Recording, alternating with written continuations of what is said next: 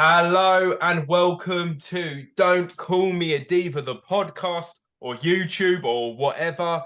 My name is Skullsy. That is Josh. How you doing, big man? Dude, I'm so good. Do you know what? I missed the last couple of shows. You have, Like mate. life admin, like what's going on? Like time just goes. But I've come back at the right time, haven't I? Because guess who's back, baby? Charlotte Flair, man. Charlotte Queen, Blooming Flair. Where is she? I've got her right Queen next to me. Black. Got her right next to me. Oh, mate, I didn't even prepare. She's up here You somewhere. know what, man? I can. One second, 1 second. I'll go with. I'm going under my bed then. I'll go with the duo as well. The daughter Oh, and father there, man. right. Oh, I would say I'm jealous. I would say I'm jealous. My Charlotte is hanging up on the wall there. I've got the pink one in there. I don't know if you can see her just behind, and my Charlotte Flair frame. Is that the So chase? Is the pink one the chase, isn't it? that's I think it's the ultimate. The old, oh, nice. They come with a couple of heads. Yeah. So Good like toy. the Fiend. Come in that box, yeah? That's the one. I Yeah, got the Fiend one, yeah. banging Fiend, by the way. The Fiend is I've got, do you know what? My missus is crazy on Alexa and the Fiend. Loves that whole horror element of wrestling. I mean, she's crazy on Abaddon as well and stuff like that. So sort of like it's proper, I think, that sort of thing. Easy to see why, because that is what pro wrestling is. It is. It is. It's a circus. It's a genre, mate. It's a genre. So I was chatting about this on Twitter. Yeah. Genre, that is why pro wrestling's important. So some guys like deathmatch, some guys like pure rules, some guys that like the horror element, some guys just like everything. And that's the great thing about it. And you like Charlotte Flair. So what are we going to talk about, my brother? We are going to talk about Charlotte Flair being the number one contender. Sorry, we're going to talk about Charlotte Flair inserting herself to becoming the number one contender for Asuka's brand new women's championship. Now, forgive me, did they rename that title this week on SmackDown? Right. So funny thing about this, right? Me and Vicky spent an hour discussing this. Okay, after. Is that title renamed or is it more of a challenge-based title? So, for example, an open challenge title, because it's supposed to be the logic of resembling Seth Rollins, and then the Universal title, the big gold thing, is resembling Rhea's. Yeah? Yeah, I feel like Asuka is the workhorse champion. Yeah, that's exactly what it is. Exactly what you said. Challenge title, sort of, yeah. We've got Charlotte Flair versus Asuka in London in 3 weeks on SmackDown before Money in the Bank, which means we're getting the championship match the night before the pay-per-view, PLE. And mate, I'm buzzing. I'm buzzing for title matches on weekly television. Amen. I love it. You know, I don't think we get it enough. We certainly do now. It appears that we do now. But the Queen is back and she is here to take her rightful throne. Will she? No. No, she won't. It's too soon to take that title off Asuka. It is too soon. Would I love to see Charlotte Flair take that title on SmackDown in 3 weeks' time? Absolutely. But the wrestling fan inside me is saying no. Asuka needs that title. She needs to continue as a workhorse champion. She needs to get one over on Charlotte Flair. She's never beaten Charlotte Flair, to my knowledge. So WrestleMania 34, New Orleans, second match of the night. Asuka won the Rumble, facing Charlotte. You know, figure eight, and it was over. And no one saw it coming. And by the way, it's one of the greatest women's matches in the history of the WWE. And that's not me being biased. Now, on to the Charlotte Flair thing. Her being back is awesome, purely because she is an attraction. She is a special attraction, like a Brock Lesnar. She puts bums on seats. She sells tickets. I don't care what anybody says about it. Charlotte Flair is the best female wrestler of this generation. We've got great technical wrestlers. I know it's debatable. But she is a special attraction, and I'm trying not to be biased. She's a queen. She's not beating Asuka. Asuka will retain that title. She'll move on, but Charlotte is there now for the likes of the Cora Jades to come up through NXT. Oh man, yeah, I agree with that. That learning, that having that individual backstage, that these upcomers they idolize. They have done as they've grown up. I can see a situation where there's an open challenge at SummerSlam, and we'll get onto the women's tag titles shortly. But Charlotte Flair may be involved with that. Will she bring someone from NXT with her? Could it be a Cora Jade? You know, has anyone ever stopped to think about Charlotte Flair and Cora Jade as a tag team? I think that's some good. I think that's some good questions. I think for me with the Charlotte Flair thing is, so I'm gonna. Do you know what? I think the thing about it is I think too logical about this, and you tend to be right, like you were a few weeks back. For me, I think in a business perspective, and I was wrong with Oscar a little while ago because I don't think Oscar's as marketable as Bianca Belair. And I think it's the same with Charlotte. I think Charlotte made this whole big point of I haven't won this title yet. Okay, I've won everything. I just haven't won that one. And I think that's the important thing. So if I'm correct, Charlotte was the last ever Divas champion. Okay, yeah, and she was the first ever, what we would say, from the lineage of the new belts. So I think the door is totally open for Charlotte to walk in, take that. But Charlotte's at the stage of her career where she is a Brock Lesnar. She is an Andre the Giant, I would say, even more so, in the sense of an attraction wrestler. You bring her in because last week's crowds weren't as high as, or something along the lines of that. Similar to what's happening with CM Punk going back to AEW currently. And but I do see Charlotte taking this belt, and I do see it, and I think the reason why is there's been a lot of hints and rumors that Oscar isn't particularly happy, hasn't there? In sort of like on the Twitterverse and stuff like that. So I don't see why Charlotte doesn't take this belt, and she holds it to SummerSlam, and then we see a total rebooting, okay, of the women's division. That's kind of what I'm thinking, because I don't see the point of bringing Charlotte back, how they brought her back, if something big isn't going to happen. Yeah, and I do. In part, I do agree. The Oscar situation is for her, obviously, to sort out and discussions to go on. But we are marks. We are wrestling fans. Definitely. We want to watch the product every single week. And what do we love most about being wrestling fans? We love to discuss it. Exactly, man. Exactly. I love your points. And if Charlotte wins, okay, and remember this moment, because we're going to see each other at All In, AEW. If Charlotte wins that title on Friday Night SmackDown in 3 weeks' time, the night before Money in the Bank, your drinks, whatever you're drinking that night, or whenever I see you, whenever we're recording live outside of Wembley Stadium. Wembley, mate. Where Luton Town got promoted. Remember that. Your drinks will be on me. And vice versa. I think 100%. I'm 100% with you. I'll imaginary shake your hand at that one, my brother, because I just don't see it. But I've been wrong, because I tried to think from a business perspective. That's the kind of the attitude I have with the wrestling. It's like, I don't know. I know we're going to go off slightly the subject in a minute, but it was like me with Bianca Belair with you a few weeks back. Was my big thing is who's more marketable, Bianca Belair to my 10-year-old daughter, or Oscar? And that's the question. Oscar's marketable to us marks because we liked her in NXT, but is she marketable fundamentally long termly to the Litlands? This is the question. No, she's not. Who's going to sell more toys? Who's going to sell more merch? It's been proven over the last 2 years who's done that. And it's Bianca. I just felt at that time when we discussed on the last show that it was Oscar's time. Oh, you're 100% right, mate. You no doubtably, no argument, you were correct. And yeah, and I think it'll be interesting because these belt changes are good as well. I'm loving the look of both them belts. We haven't mentioned that.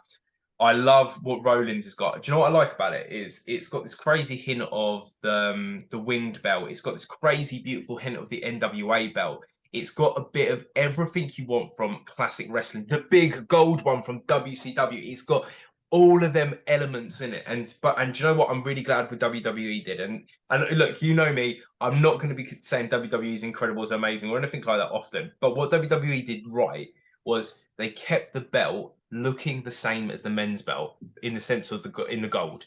And I think that was so important because that has brought in a equal element to what the men's and the women's division is in WWE now, in my perspective. I mean, I think we can talk about one more set of WWE champions while we're here. Can we please? Can we please? Now, I did something very unusual for me. I got home from work, a very unusual, I bought myself a big one of them 200-gram bags of minstrels, smashed them like a little piggy I am, and I sat and watched the whole entire of Raw. Okay, and I have not done that in years. And do you know what? I was incredibly amazed about. First of all, I love the look of Ronda Rousey and Shayna Baszler. But do you know what I don't love about them? And you liked this idea when I messaged you this. I don't think they're mouthpiece wrestlers. They remind me of that early Brock Lesnar, that early Brock Lesnar where he needed a voice, and that voice was Paul Heyman. And I put on Twitter, and you messaged back and said, why not have Paul Heyman in charge of this particular tag team? Could we see that happen after the Bloodline's gone? That is the I'd love question. Yeah, I mean, I'd love to see it. It's no secret. It's no secret to anyone that Ronda Rousey's mic skills since her return have not been quite there. I think she struggled to adjust to the audience and read the room slightly. Again, I'm not a pro wrestler. I'm not an actor. She's done it all. So I've got no real right to comment on that. But I think it's clear that the negative criticism that Ronda has had since her return from having a baby, that it's been her mic skills. The same has always been said about Shayna. As good as Shayna Baszler is in the WWE from her NXT run, which was phenomenal, by the way, High standard. High standard. almost unrivaled, they need something more. I need promos to be a bit more credible. I just need to feel a little bit more of that. This is serious. What they're telling us, the story that they're telling us, and that path to destruction, that path of destruction, I'm taking it seriously because I believe in what they're saying. So that term, actions always speak louder than words. The words always come first before the actions. The threats are always made, the challenges are always made, and then it's your actions. I'm not sure I'm quite believing the words before the actions at this point in time. So that idea of Paul Heyman, I would love it. Is it going to happen? Probably not at this point. Are the seeds being planted for Paul Heyman to come out of the bloodline? Yes, they are. But how quickly will he transition from, it's going to be 2 years of solid TV work, and then 3 days later be a mouthpiece for someone else? I just can't personally see it. From a business point of view, yes. From a Mark's point of view, I just can't see it at this point. Question then. So if you're going to book a manager, I always forget his name. I remember him from TNA more than anything else. Stone. Could he do it in NXT?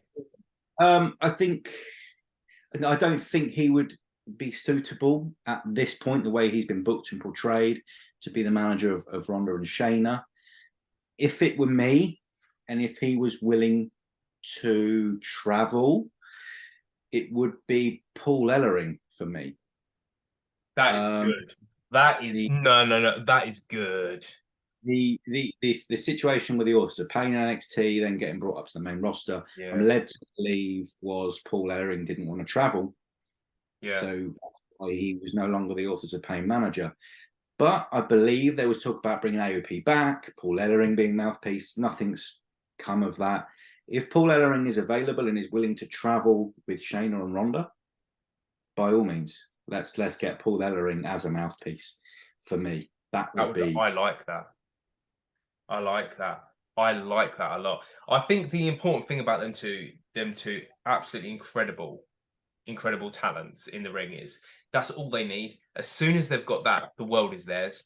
And that was what I got off watching Raw, that great tag team match they had with them girls from NXT. It was a quality little match. And I think that was the important thing to remember. That's all they need. They need a mouthpiece and they will move forward. They haven't got the talent of Bianca Belair or Charlotte, and they haven't even got the craziness of like Oscar or anything like that. They're quite standard in that element, but both of them come from a world of MMA. Both of them are legit. I mean, I sometimes click on Shayna Baszler's YouTube and watch her technical sort of like talking through Brazilian Jiu-Jitsu.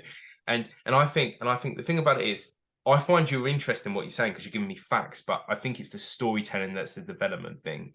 And I think Shayna's never had to do that because she's been a coach, hasn't she? As long as she has been a wrestler there, so she coaches a lot of the girls from Natalia and stuff like that.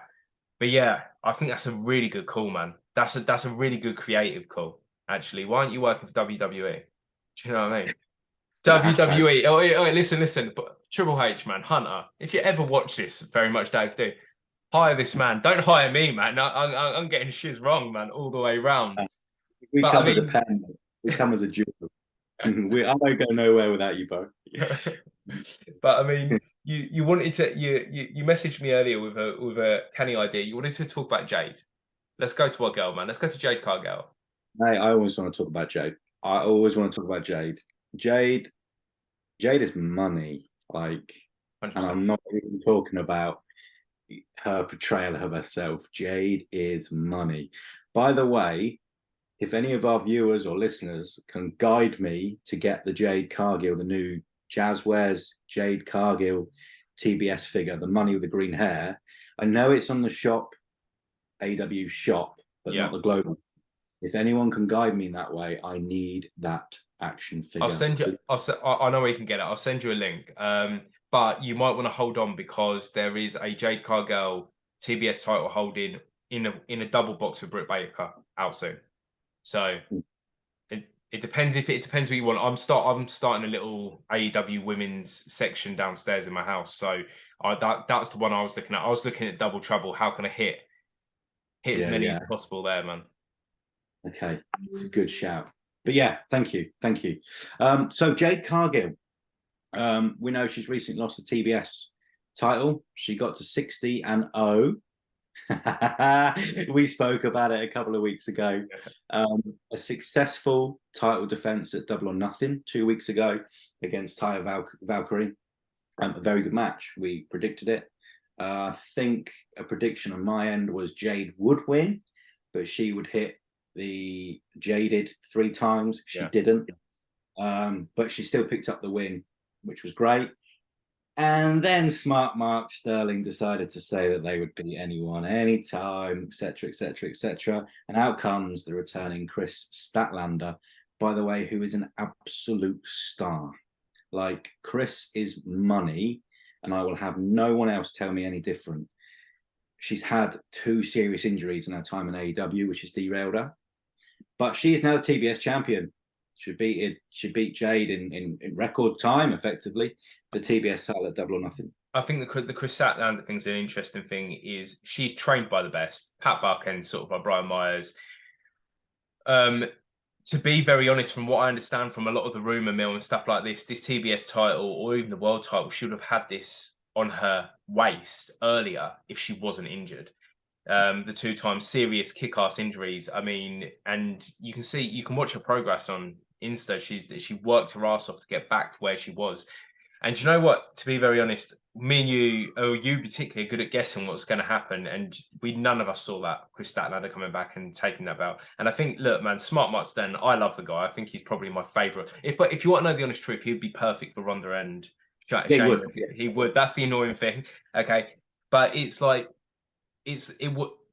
Taya Valkyrie losing that fight broke my heart a little bit. Okay, but this is why this week's AEW Rampage maybe or Dynamite, I can't remember. We'll talk about it in a bit. Was interesting because we saw Taya looking pissed off to hell. Okay, in one of the segments, and I think the interesting thing about Jade, this is where it gets interesting. There's a lot of stuff on the Twitterverse, and I know it's all rumor and stuff like that about her wanting to do a lot of Japanese stuff to make her craft a lot better.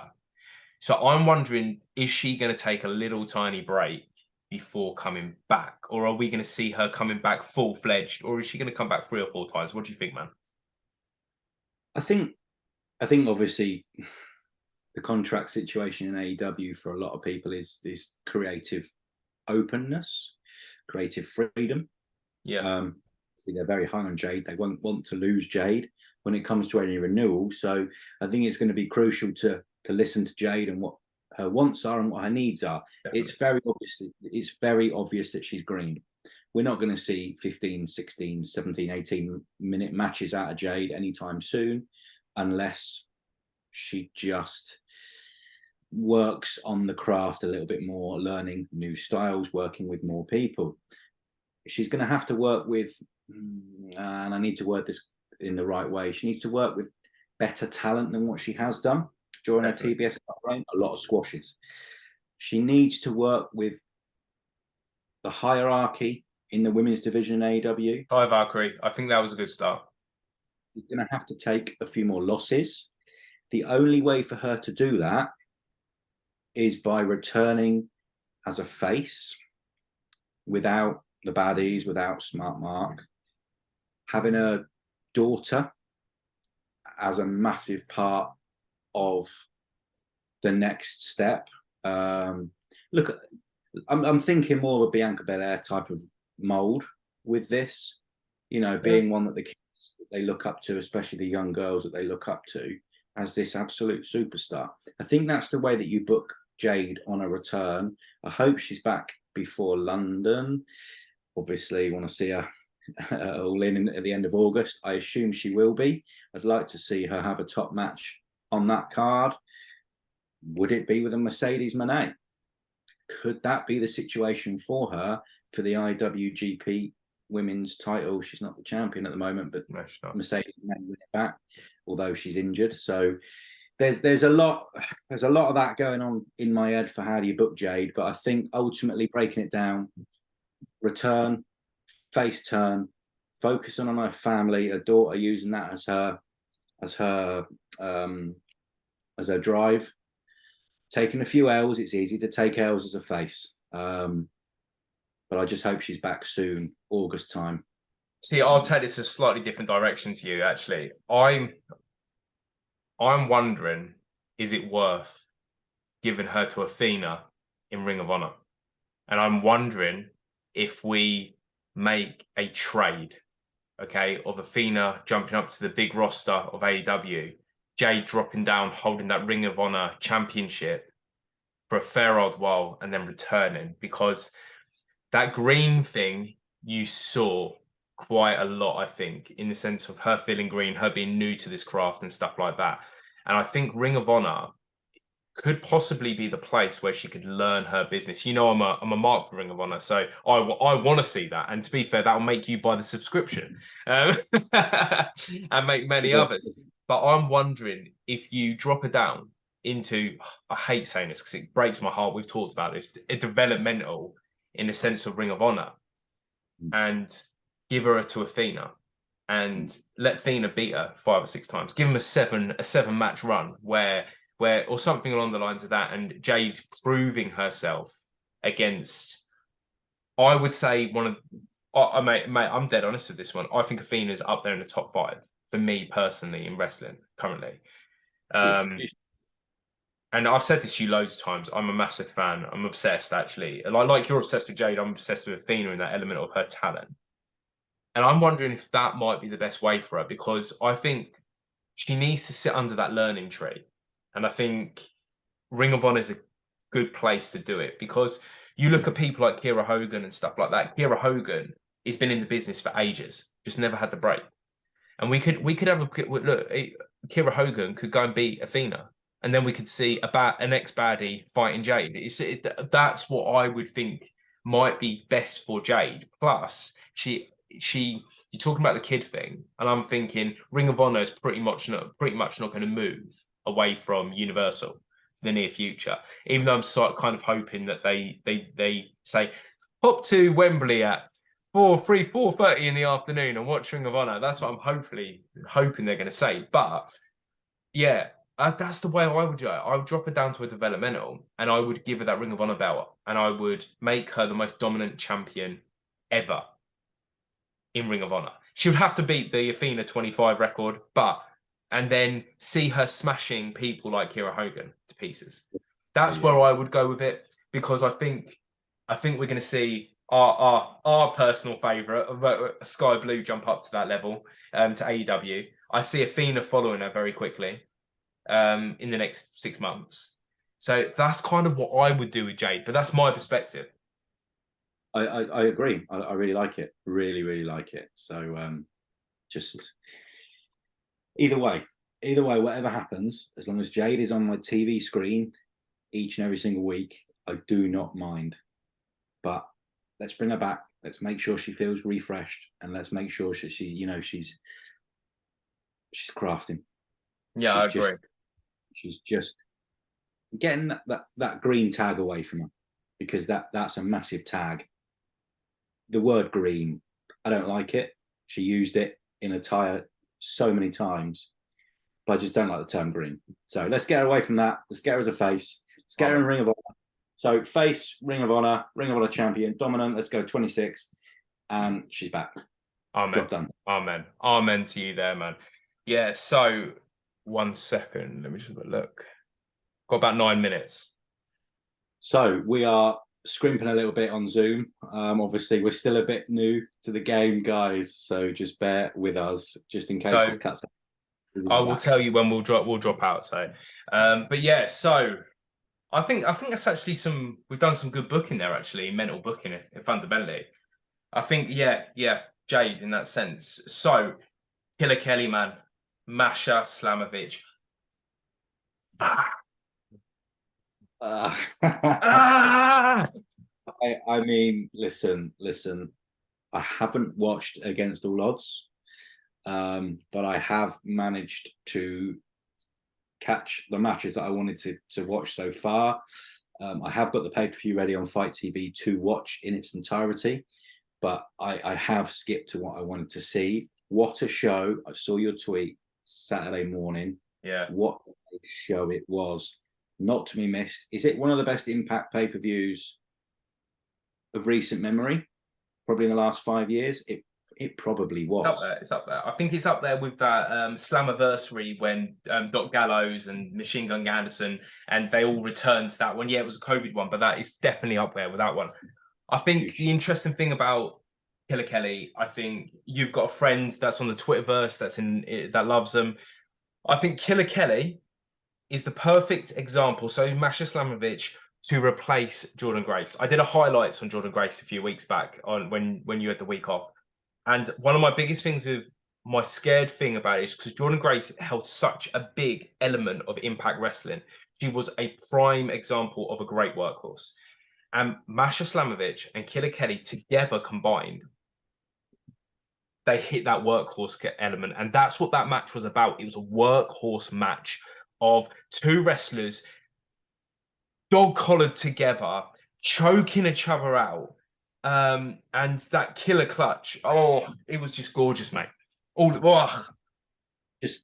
what a match. And before I get into a few of the details of the match and what I enjoyed about it the most, I think you mentioned the other week on the show about a future tag team of Killer Kelly and Masha Slamovich. Yeah, I did, yeah. I'm still all in on that. It is a case of if you can't beat them, join them. And I think we saw it with Sheamus and Cesaro many years ago. They battered each other for months. Yeah. And then became the most successful tag teams in WWE history. The Bar, by the way. Wow, phenomenal. I mean, there was a moment in that match where Killer Kelly was dragging Masha across. Killer Kelly was on the top turnbuckle, sat on the top turnbuckle. Yeah, knocked off. She's just dragging Masha, and she was just hanging her. And then she put the clutch. Half of the clutch was in, and then they went to the outside, and then Masha was pretty much hanging her, wasn't she? Pulling that chain, that dog collar down, hanging Killer Kelly from not quite from the top rope, but you could see the struggle, and I thought Kelly sold it perfectly. Then when Killer Kelly put the chain in her mouth and was like, just come at me. It was mad. And then also Killer Kelly hitting the snowplow, like near full. Just the storytelling in that match, phenomenal. And that is worth that match on its own. Forget the other title changes in the men's division of such high importance. Machine Guns, boom. Sorry. What a night, by the way. I wish this was a man podcast as well, because we could talk about so much. But, mate, $9.99, Killer Kelly, Masha Slamovich. Surely we've got a match of the year there for Impact. Surely. I think it's very, very close to Mickey James versus Jordan Grace earlier in the year. Very, very close. It's going to be, to be fair, that I think Impact, and I've said this happily enough, and it's really, really funny because I've been going on about this for years. There's a few other podcasts, okay, after all odds, British podcasts that for years were slamming Impact that now have decided. I'm not going to throw them under the bridge. Now they've decided to do a weekly review show on it. Okay. And I've been saying, and I've been saying for absolutely years to all these guys, this is a promotion that's having a bit of a shit time. Sorry for my French, it's having a bit of a rough time, but it will be back. And I think this is the important thing with Scott D'Amore taking over that division. He understands women wrestling. He understands, all right, who to put in place and who to get. Masha Slamovich is a sort of like intergender legend. She knows what she's doing. Killer Kelly on the European circuit, absolute legend. And I think that is what's important. And that's what's got to be remembered. Impact is up there. It's very close to being as good, right? Not the same as maybe AEW Rampage on a weekly basis. Yeah, you know what? I would say Impact is better than AEW Rampage on a weekly basis. I really would. Impact has always been very good at telling stories, and that is what they're doing currently. And I think that works really well for the women's division. And Masha Slamovich and Killer Kelly tell stories differently. They tell it in the ring, but it speaks very loud without promos. And yeah, mate, I try not to get emotional about Impact. I always say this, I'm a Word-Go Impact fan. Okay. Watched it weekly for years and years and years and years. And to see Impact, I'm actually trying not to cry. To see Impact, man, getting back to where it was when everybody lost interest, okay, right, but what 2013, whatever it was, is emotional. Is emotional because like we said, we spoke about Impact. It was hot, you know, from 2004 when Jarrett was the NWA Heavyweights champion, and it was controversial finish after controversial finish every single pay-per-view. It kept viewers coming back. It kept viewers waiting for that Jeff Jarrett title for Jeff to drop the title. And then obviously we hit 2010, the Genesis pay-per-view, Hogan and that January pay-per-view, I think it was massive. It was massive. It was great. I've got the DVD. It was so good. Same as. You know, the Ultimate X pay-per-views they had, I think Destination X. I mean, just they had some phenomenal pay-per-views, some of the best wrestling I've ever seen, ever. Game changer wrestling. Game changer. Massive. It's huge. We're blessed, mate. We are blessed with professional wrestling. But going back to how you started this conversation, how you started this promo on Impact before you got emotional, Impact's cool again. So what frustrates me in the world of wrestling and the social media is that so many people want to jump on the negativity and they just want to find each and every single piece of negativity and they want to slate it. No one's ever going to like something. They're always going to find fault in something. But I tell you what, when something becomes cool again, everyone jumps on that bandwagon, and it's always the ones that have slagged the product off for so long that jump back on because it's cool again. And they think, well, hang on a minute, everyone's talking about it, so we'll talk about it. Yeah. We're not doing that. You're sure as hell not doing that. I've been there watching it on Challenge TV every single Wednesday. Mate, yes. 2007, 2008 with Generation Me. I bet half the Young Bucks fans have no idea that Generation Me are the Young Bucks. They have no idea. The thing about it is, over. Nah, it's fine. It's fine. I'll say this, then we're going to stop, then we'll reconvene. But I think the thing about it is people forget, right, that what AEW currently is, TNA did for our generation of wrestling. Okay. Yeah. And Impact is one of the most important products historically. Why do you think Tony Khan wanted to work with Impact so much? Because it's got a historical barrier. But listen, man, I will stop this now and I'll give you a ring back in a sec. All right. So let's stop.